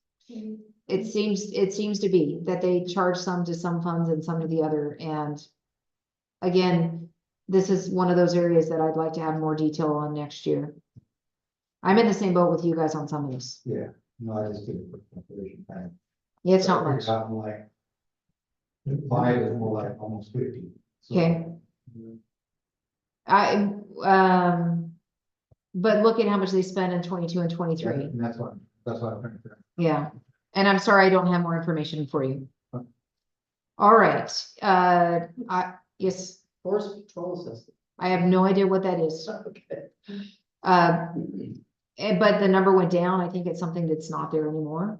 But I honestly, actually, you know what it comes to mind for me is I'm wondering if this is our ODF fee for having any property over 5 acres is assessed an ODF wildfire fee for fire response. I'd be curious. I'm gonna try to find out what that is. We do not have institutional history because all of our staff has been here since September 22 current that has dealt with the finance. So we're all figuring it out together and don't know. I asked the question, do we have the documentation where each of our funds was created and why? No. So, I have learned that some of our previous papers have been shredded by previous employees and elected officials, and so we're trying to put together the best that we can, to build from, so. All right, moving on to the public safety fund. One thing that we found is that when Adam, transferred everything from public safety fund, it wasn't transferred in the system, so this is a fund transfer that's, in from the general fund to zero out this fund so we can close it out. So, we will, if we, any costs that we get from municipal court with Jackson County will be paid out of the general fund. And any of the revenue that we get from any fines and they collect on our behalf, our IGA says we'll get 50% of any of the money they bring in. So, that will go into the general fund. There's not really, unless we find a very specific stable source of funding for public safety and we get a police department someday, I don't see the point of us having a public safety fund. So we're gonna inactivate this one with the council during this fiscal year. But this was an accounting specific, to show, and it's the last year that you can see there were expenses in the actuals for 22. So there was nothing in the 23 year, nothing in the 24 year. So next year, this would have bumped off. There would be nothing to report. This was previously used for sheriff's contracting services. And the police department before that, and the courts, when we had a municipal court. We're not gonna need that, they house permanently, maybe just have a building on it. That money goes to the general fund. That's rent. You mean, we don't need a We don't police need to kind department. of, right. Well, sometimes they're nice and go handle things, but really we still have to call the sheriff's office. But if the sheriff's office co-locates, wouldn't it be nice to have a quick response? I will tell you, I mean, I saw 3 or 2 or 3 on a traffic stop down here when I left the other night at 10:30 and you know, when the gunshots went off yesterday in the park, you know, there was an arrest supposedly made. So I mean, we're getting some responses. Our stolen truck that we sold to buy the equipment, our truck got stolen from the water treatment plant and recovered. They were on it, you know, they were waiting there for me and they took the gallon of marijuana bud that was in the back seat. I'm told it wasn't our employees, that it was the person who stole the truck that added that out. I think on Monday, down almost across the Rays on Second, there was two sheriffs and 2 state police cars, all on the right side of the street there. All right. So moving on. Well, my background is law enforcement, so I'm pro getting us help. Do you need some water? And the next- Okay. If anybody needs refills, we do have a water bottle right here in the kitchen that you can fill from the dispenser. We've been going for an hour and a half. Do we need a potty break? Maybe I'll let everybody else. 3 minute? Anybody need break? Just a 5-minute break, just get some water. Yeah, Okay, hold on just a second. Pause. Thank you all. I will tell you, it's a marathon trying to get it all through tonight, but I don't know how not to be thorough, so no, that's doing it correct. I don't want you guys to say, here it is, pass it. You know, no, I'd really like you to, but just kidding. Okay. All right, so we are, We'll be out at 10. I gotta stop sharing so it goes to. Oh, crud. All right, so.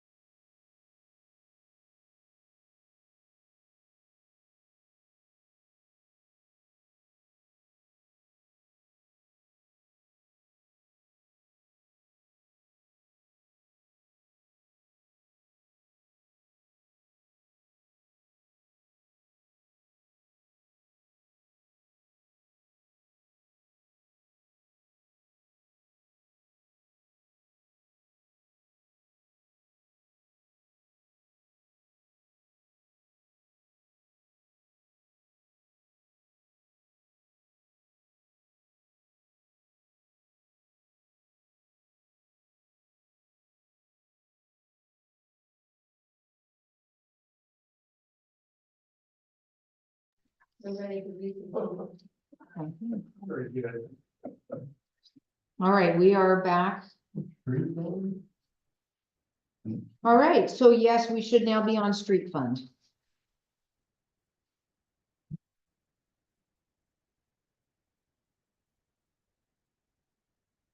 Hey, good job, you guys, because 3 pages of general fund, that was a lot. Okay, so the street fund. This is very much going to be simple. The amount of gas tax that is listed there is off of the number that I got from, I mean, you could see it's the same as last year. This is one of those areas that I left it exactly where it was. I was looking at last year's budget and it looked like they had got a small city allotment for paving in the previous one. So here's what we just had a small cities meeting through League of Oregon Cities today in Rogue River. And we brought up transportation costs and how we have a lot of failing streets and a lot of small cities do. We depend on the gas tax for doing those repairs. But I also learned that we do not have a transportation plan in this community. And so when we ask for grants to cover paving costs, we rank the lowest and get the least amount of money. That's part of why I am in the process of pursuing the grant through ODOT and DLCD. I had a meeting with the grant administrator and RVCOG this week. We have a very high chance of getting this grant. My time, because I have a lot of it, you probably have seen that, I'm not that busy. My time is going to be our match for the grant. So we will have to create a technical advisory committee and a citizens advisory committee, and I'll have to have more committee meetings, but you know, I love those. And I'm kidding, I'm sorry, I don't mean to be that way.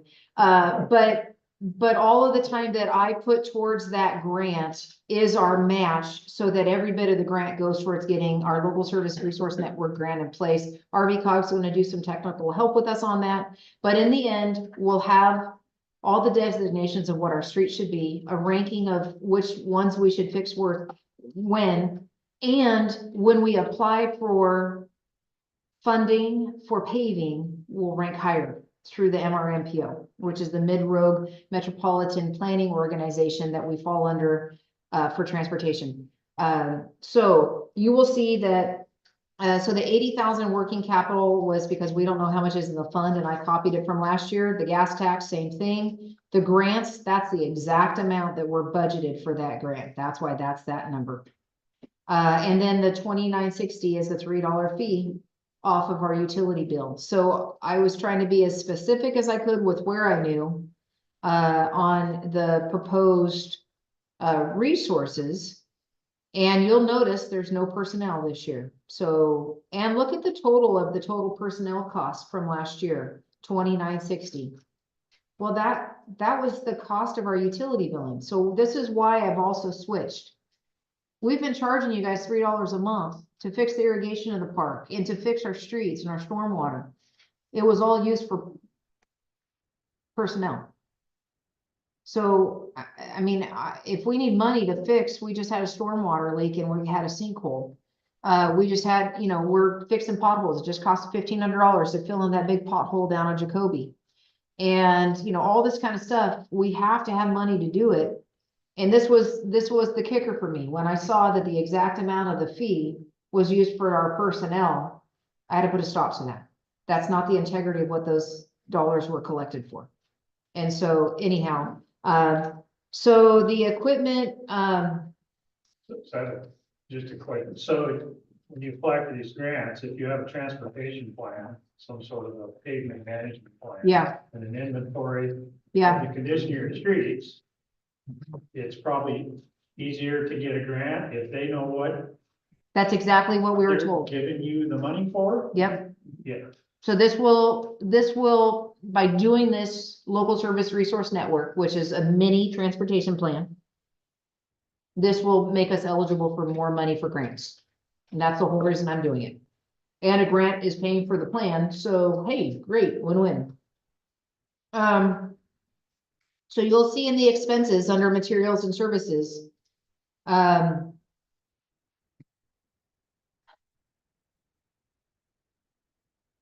you know, it kind of, I don't even remember why the street repairs number is that, but we spend some money there, but you can see there's the expense for the grant. We do have a grant match, which we're not gonna spend that amount because we just determined this week. What we were told at one point is until we met the match with my time, that they wouldn't reimburse all the cost until we made up for that $21,000. And so I was going to propose that we actually pay that up front. So then we get 100% match on all of our expenses. But then I learned that it's not gonna be that way, so my time will work. I did not edit this after I learned that yesterday. So, we don't need to amend it, just realize if we don't spend it's not gonna be spent. The streetlights, yeah, that's what we pay for streetlights.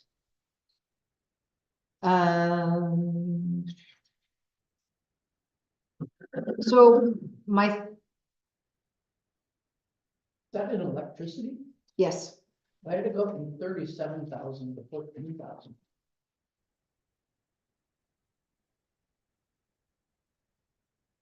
our stuff is not documented in both expenses and revenue very well. I can't tell you. Okay, If you see the number exact from the 24 year to the 25 year, it's because I just copied what was there because I didn't have information to base it on. I don't think there's any metering on the streetlights. Yes, there is. Oh, there is? Oh, absolutely. Okay, The city pays for our streetlights. okay. I signed thousands of dollars of bills a month for power. I have been trying to look into if there's a way to see if we can have solar to offset the cost of our treatment plant and this building, to see if that would help. But then there's expenses related to maintenance to solar too, so it's not just a win-win, but Energy Trust of Oregon, I was gonna apply for a grant to get insulation in here we're at a failing insulation rate up here. So they give a number of 5 and we're supposed to be above 20, I think. So anyhow, and they think the reimbursement rate at 90 some cents is enough to get us better. So we're trying to look at the ways that we can reduce our costs, but at the same time, I found that I don't have enough time in the day to do all this. You get there, but you don't get it all done. So. Okay, let's see. I have to say that my gut is telling me that the transfer to the general fund from this was actually covering personnel costs, which doesn't really help. But I'm gonna say we'll take it from the previous amounts if we need to do that, and if not, I want to be intentional, we're not using that fee for that, but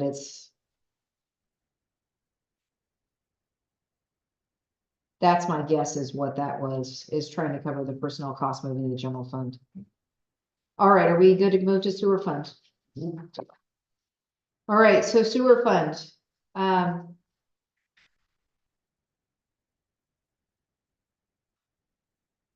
The previous numbers, I really didn't touch much. What I basically had was ending fund. We've been drastically trying to make sure that we have everything entered that would come out of the sewer fund, so we know what the ending balance is. Because our debts can't be transferred to them until we figure out what our ending fund balance is and give them the money. And so this is critical for us to pass this. And instead of it being transferred and not put in the budget and just closing out the funds, I wanted to be very transparent about what we're doing. So you can see the dollar amounts that are going to go to RVSS from the annexation. And once that is done, we're going to close it. There's a caveat, and it's in a different fund. I'll show you when we get there. There's one loan that we have that they may not be able to assume and take on, in which case they have said that they would give us the money each year to pay it until it's done. So we'll get a deposit and we'll make the payment each year exactly as it is, so that we can move on, kind of thing. So this is no expenses, no revenue. This is the ending fund balance as best we can tell from this fund. This would have been money that we had gotten from being in charge of billing and everything for years with the sewer fund. And part of the annexation agreement was, what the annexation agreement said is the day that it is affirmed to be annexed and certified by the county, They assumed the debt. 90 days later, we're supposed to send them the money. But we didn't know how much money were in the accounts. So this is where we're at now, is we believe this is the accurate numbers of what's in the accounts for those funds. All right, moving on to stormwater. There's not much here. The only revenue is the utility fee, of which I suggested, a portion of it be used for repair and maintenance. The professional services is, starting July. We are going to have monthly street sweeping. And it'll probably be on Tuesdays. So you want to make sure you don't have any basketball hoops or trash cans on your street on Tuesdays, starting in probably August, actually. But we have requirements to reduce how much material is going into the storm drains and going into the river. Because any products take heat to break down and it raises the temperature of the river. And so the TMDL is a report we have to do every year. That is our total maximum daily load. And we're supposed to report on what we're doing to reduce our impacts of debris going into storm water, what we're doing in different ways. And based on past year reports, there's two ways I had recommended to the council that we do this. One was to have the year-round yard waste collection curbside. Some cities do spring and fall curbside pickup of green waste, but if it's provided as part of the trash, that's a lot of stuff that's not just breaking down in the yard and washing down into the storm drains. The other thing is street sweeping. We have literal plants and trees growing in our curbs. And ODOT, I did not put it here because I didn't estimate the amount, but ODOT will reimburse us for their portion, which, it's not a lot, the portion that's Second Street, but they will, when we get our bill, they will give us the money for their portion, their percentage. So that'll be another revenue stream. I just didn't have the exact figuration yet. But for $7,000 a year to have our parking lots, our city hall parking lots, and all of our city streets that can be street sweeps once a month is a good deal. The reduction of, I mean, so we're, Who would contracting, is the county gonna do that? Or? no, Southern Oregon Sanitation bought a street sweeping Oh, company so it's not our franchise, but it's the same company. sure.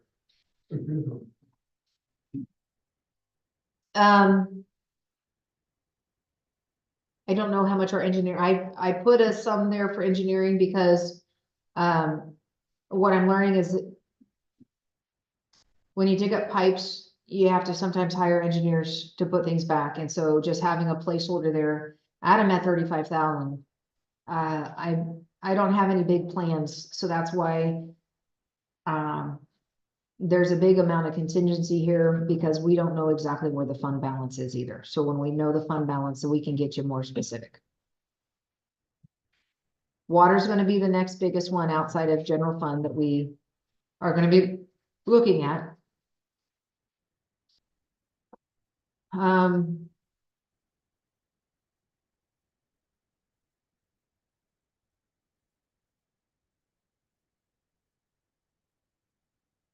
This is a fund that so our consultant was asked for all the income statements, gave us the ending year balances, and I sat here and entered in all the numbers, and I got to the 23 year, and it's like, where's the expenses?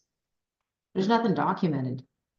I don't know what to do on this one, so you can, there's not much there. There's a little bit on what, I have stuff here that we had based on the previous budgets and what was reported. But when I got the actual thing from what's in our system, in the spreadsheet I was sent by what our system shows, there was no expenses. So this is a fund that you will see on most every line, it's matching last year. Because this is the great unknown of what's gonna happen here. And so, there's a couple transfers here that we had to do for some other purposes, but otherwise, this is a fund that I cannot tell you where we're at, and that's why you see the numbers are exact from last year, and this is one that we were advised to just go with what we had, because it's the best we can do until we can get the things going, so. But the difference is I took personnel out.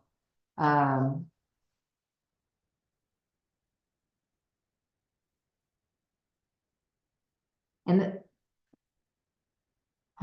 okay. There.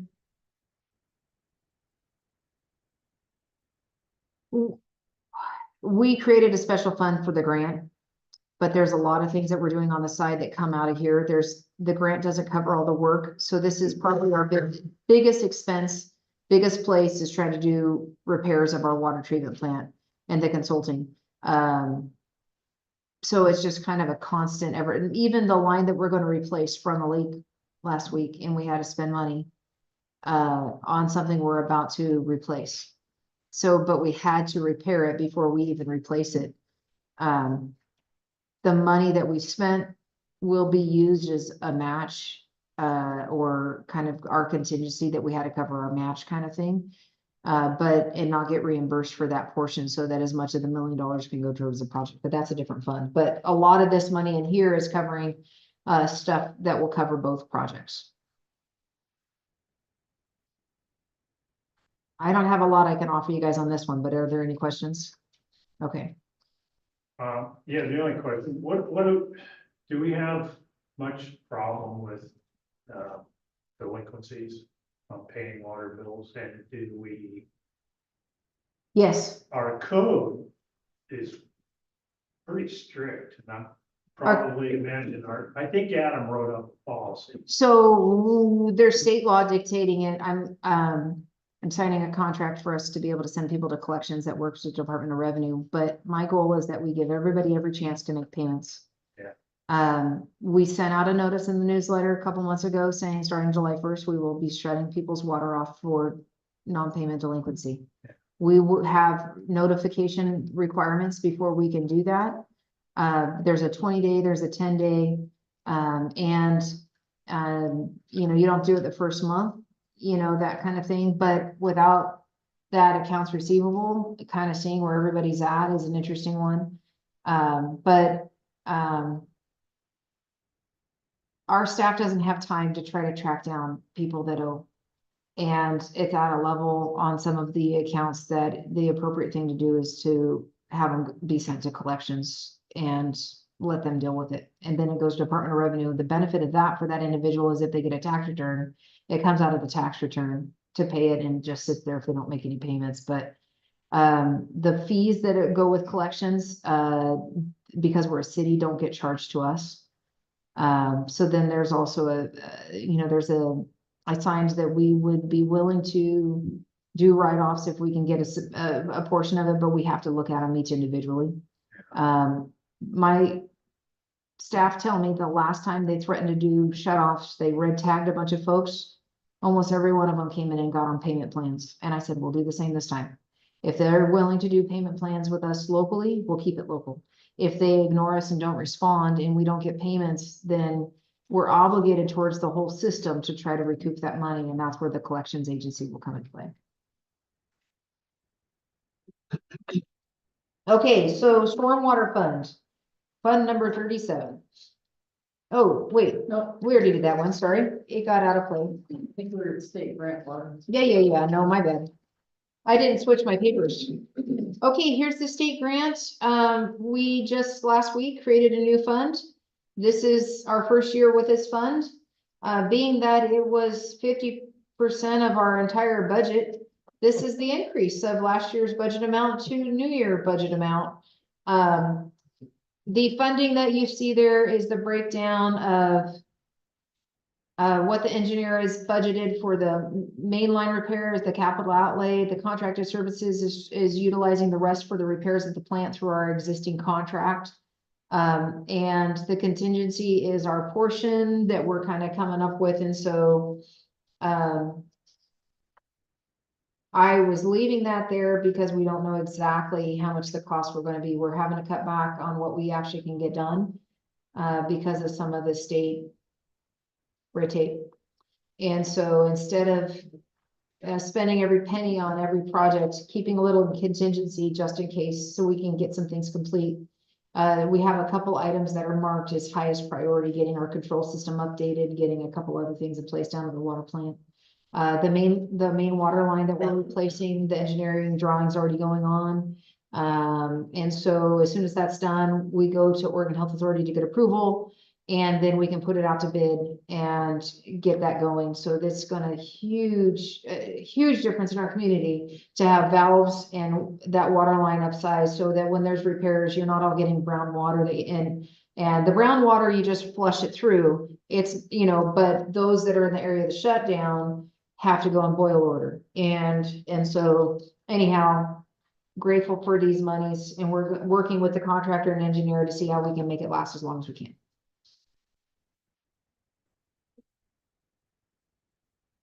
And didn't you say this to get one or two fire hydrants back up and running for the next fire? I don't think I've said that, but I know that originally we were talking about adding hydrants. I honestly don't know what we'll end up being able to do. We don't have the contract yet, and we're just there's still some pieces we have to get in play. The water reserve fund, we don't really know how much money's in it. So everything that looks like working capital as an ending balance is going. We just said transfer it out to the main water. And so kind of leaving us zero, but we're not doing anything until we know what's in the fund. I mean, so this is kind of just estimated numbers, but there's no expenses here. This is literally, if there's money there, that we transfer it into the water fund where we need it. And we'll hopefully find out what's actually there soon. Sewer reserve fund, we're pretty sure this is an accurate amount. After previously budgeted transfers, you'll see that 6,300 was from last year. So that's leaving an ending balance of 78,944 that will go to RVSS. This is another fund that will close once the transfers are done. The sewer collections fund, you will see there's nothing I'm proposing. There's nothing in this fund for this year whatsoever. This also will close once we confirm balance levels.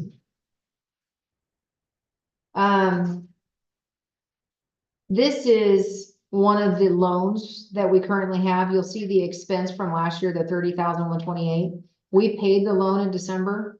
And they have sent us the paperwork to transfer this to RVSS. The mayor signed it, and RVSS said they're good with it when they get the money. So when we transfer the money from all these accounts, they'll sign the transfer for this loan. That's why there's nothing proposed, nothing expended, because hopefully by this time next year, it will be their loan, not our loan. This fund will also close after that is confirmed. But they're gonna they'll assume the loan basically, but then they're gonna bill us. No, not that one. That one's actually transferring to them, and it'll be out of our records for good. Oh, This next one, though, if we go to Fund 69, which is the Sewer Collection Systems Bond Fund, this is a USDA loan. This is the one that USDA may not be able to transfer. So even though the annexation agreement said it would, if that's the case, this is the one for the 27,297 every year. That's our payment for eternity. This is the one that RVSS will give us the money annually to pay. So I'm okay with that, honestly. So this is the one fund here that may not close, just for the sake of us showing the annual payments. How many more years? Let's look in the budget message. It's like 2056 or something. This one is through 2056. Yes. We only have, it was 40-year loan. all right. Hey, because we couldn't afford all the fixes up front. Yeah. Those long-term loans are a huge gift when we're trying to, these are actually really beneficial for smaller cities too. And the fact that they would let us do that for that many years at only $27,000 a year. Yet we were able to get the money up front to get some improvements done in the treatment plant. Okay, fund number 81, SDC Stormwater Fund. We have no idea how much money is in here. I just recommended that we transfer it to the Stormwater Fund. when we do find out. So this is another one that even how much we charge for SDCs is based on how many permits we get. So this one is a complete guess. And it's, if anything comes in, it'd go back towards repairing into the system if we actually get anything there. All the SDC ones are gonna be in that same category. So moving on to SDC wastewater fund 82. This one though is a fund balance that we have collected SDCs. For sewer related, there is 30,000 in the fund that will be transferred to RVSS. So that's the SDCs that we collected that would go back towards sewer stuff will go towards sewer. So once this money is transferred, this fund will close. We will no longer be collecting an SDC for wastewater. Well, we already are no longer collecting it, but the remaining balance is there. Okay, SDC water.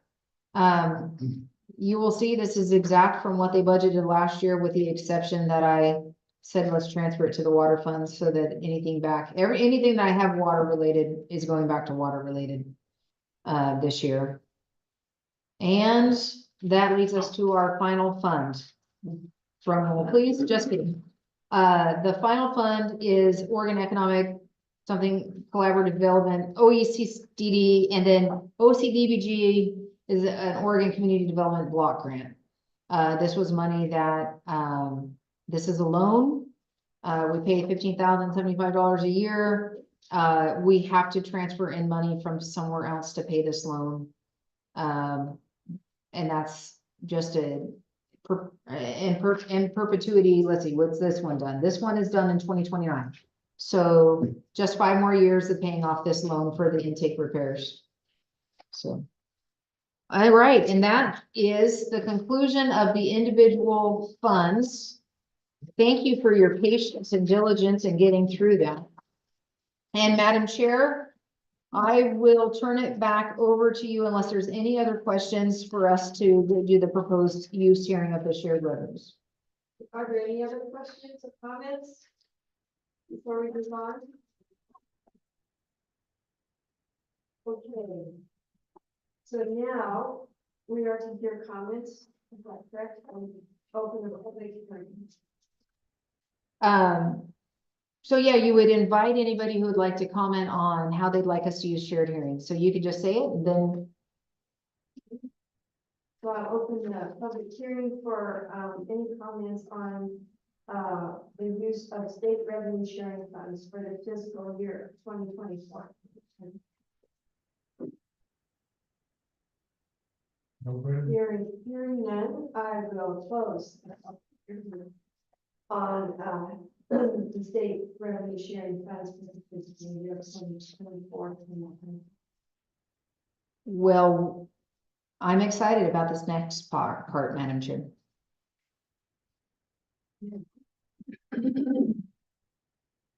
This is the approval now, am I correct? Correct.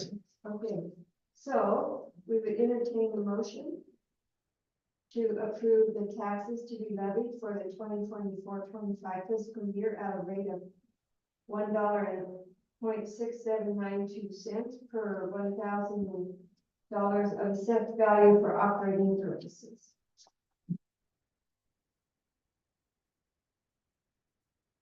I'll make the motion. Okay, Maria moves and I'll second. and Mark seconds.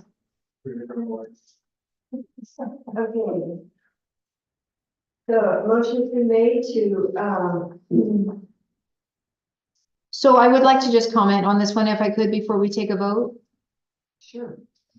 So we have a permanent levy amount of $1. Essentially it's $1.68, but it's specifically $1.6792 per 1,000 of assessed value of operating purposes. And each year the budget committee has to reaffirm that we're going to collect that amount. This is the maximum amount we can collect for the city of Gold Hill. You saw that it brings in about $167,000 a year. A city can opt to collect less. I would encourage us not to do that. We need these monies, but the motion was made for the full amount, but that's why we have to do this. So before we approve the budget, we have to actually approve the tax rate that we will collect. And so this is, you're in the right spot. You didn't do anything wrong. I'm just saying that we do this one first. that this is basically approving the tax rate. And then when it's adopted on Tuesday night and the council passes a resolution to actually do that as well, then we send it all off to the county for them to collect that tax on our behalf. There's the current tax rate? This is, this is the only tax rate we've ever had in Gold Hill, $1.68. Oh, so we're adding a tax? No, no, no. No. This is the same amount it's always been.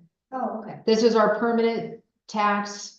And this is our only property tax in Gold Hill. That is the city's property tax. Okay. If you look on your property tax statement that you get, it's over on the right side, it shows all the breakdowns of all the different, where the money's going to. That's where, Okay, so this isn't changing. Nope. So you- we have the second, I think, second lowest tax rate of any municipality in Jackson County. And the only way you can change that is by a vote. Ballot measure of within the citizens of Old Hill. Good luck with that. Yeah. So this is one I think we should probably do a roll call on just because it is tax related. I want to make sure we do it right. Okay, so this is to approve the taxes to be levied for, this is to approve the rate. Okay, okay. Okay, so it's been moved and seconded, that, we approve the taxes to be levied for the 2024-25 fiscal year at a rate of 1.6792 cents per, 1,000 of assessment value for operating purposes. Okay, roll call please. Counselor Beachhead Yes. and Member Berggren Yes. and Member Carol Holm, Yes. Counselor Berggren, Member Larry Holm, Yes. Counselor Stancliff, Yes. Member Jean Nelson. Yes. Member Lori Nelson yes. and Member Warwick. Yes, And motion carries unanimously. Thank you. Okay. Now we're going to approve the proposed budget. Correct? So there's options here. There's options to approve it as is. There's options to amend it. If it's too significant of a change, we would have to have another budget committee meeting. Little minor ones here and there can be made, but it can't be more than 10% of each fund or something like that, or we have to come back for another meeting.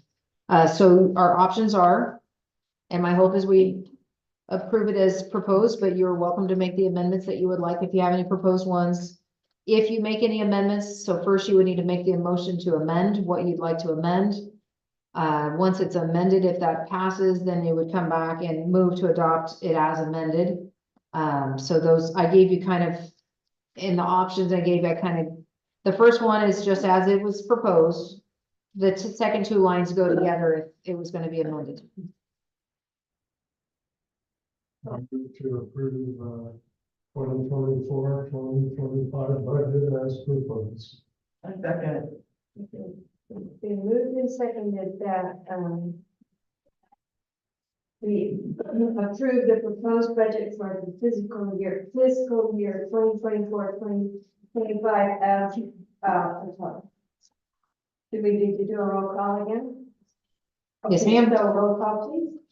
Counselor Beachhead, Yes. Member Berggren, Yes. Member Carol Holm, Yes. Counselor Berggren, Counselor Larry Holm, Yes. Counselor Stancliff, Yes. Member Jean Nelson. Yes. Member Lori Nelson. Yes. Member Warwick. yes. Woo-hoo. So it means we do not need another budget meeting. Correct. Okay. You have all fulfilled your obligations as budget committee member. If I could just real quick, all of you that are serving on this committee that are citizen members, we have no information on you. As far as when you were appointed, how long you've been serving, any of your information. For some reason, I'm told that all those applications they cannot locate. I have a copy of my application. If you have a copy, I'd love to see it. Thank you for serving. I literally went off the list we had from last year, but we don't even have documentation of the regulations of us having a budget committee other than it's just state law. I might email you guys an application to continue. But like, I know that in my previous roles, if I was a city councilor in my previous community, you'd serve 4 years on budget committee. If I was a county commissioner, budget committee, those members serve 3 years. I'm curious what our terms are for the budget committee members. It was 3, Okay, to my knowledge. If it's I so, think I've been on this since Jerry was here. Yeah, and I. well, he was only here 18 months before me. Jerry? Yeah, No, Adam. Jerry, Adam, Bill, me, 18 months. Oh, oh. We go through them fast. then-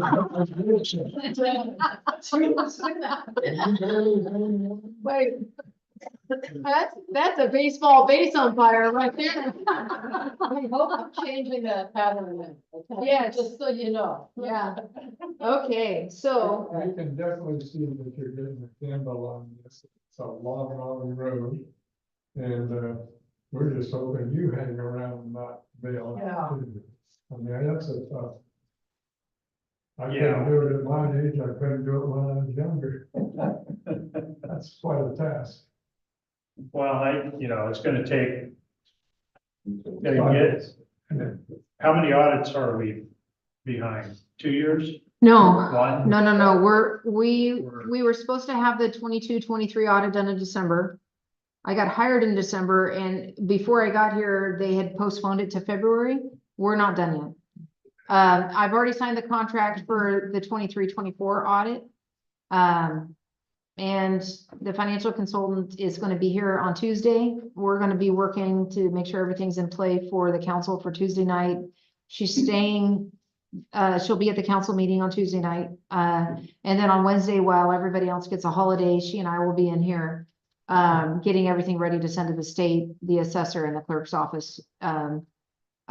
So that we'll get everything done before the June 30th deadline, that we have to do. If we did not pass this budget, if it doesn't get adopted by the council on Tuesday night, we literally would have to shut our doors on, June 30th if we don't do this. So that's the one accountability we have, is getting this done. I will tell you that for next year, having realized where we're at, we're gonna get started on this sooner. We will probably be having to reconvene to do a supplemental budget. I'm gonna guess that once everything is said and done, we may be over 10% off of what was the adopted budget last year from where we actually were. So that will require a supplemental budget. And I could say that we might even face that over the budget we just approved tonight, because so much of it is a guess still. But the goal would be to have regular reports to the council on where we are in our budget funds. You're 20% there, you're 50% there. Oh my gosh, we're almost out of money before the end of the year. Those kinds of warnings, we should be giving those throughout the year.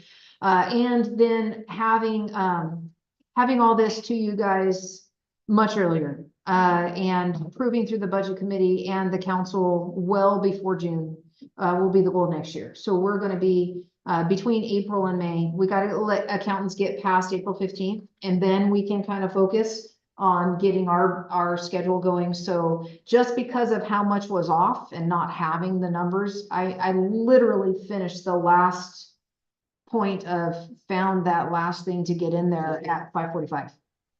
Or I would have emailed it sooner. And so this is not how you'll see it next year. I thank you for, when I interviewed for the job and they asked, what's your weakness? I said, I've never prepared a budget. And so, but I had thought that because of the 2 audits that were done, that we were closer. And then when we realized, we're not, but we're gonna get there. And I think, the staff have felt discouraged to see so much off, because they've worked their tails off to do what we've done.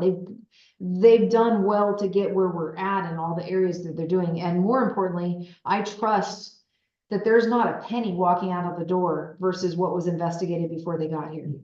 And so to have people that care and are trustworthy is a huge asset. Now we have to train them, and now we have to equip them so that we can be a successful place. And so we had to get to here, so now we can build for next year. So anyhow, I apologize that it was so late. I know we do need a motion to adjourn and all that fun stuff. Oh, we do need a motion to adjourn. Okay. But before we get a motion to adjourn, you said thank you to us, so I think we also thank you for all the work that you did. Yeah. Okay, so I will entertain a motion to adjourn this meeting at, 8:20. I'll move to adjourn. I'll move with you. Okay, it's been moved and seconded that we adjourn the meeting at 8:20. All those in favor say aye. Aye. Oh, wait, I don't vote. Sorry, take it off. You want it so bad. All right.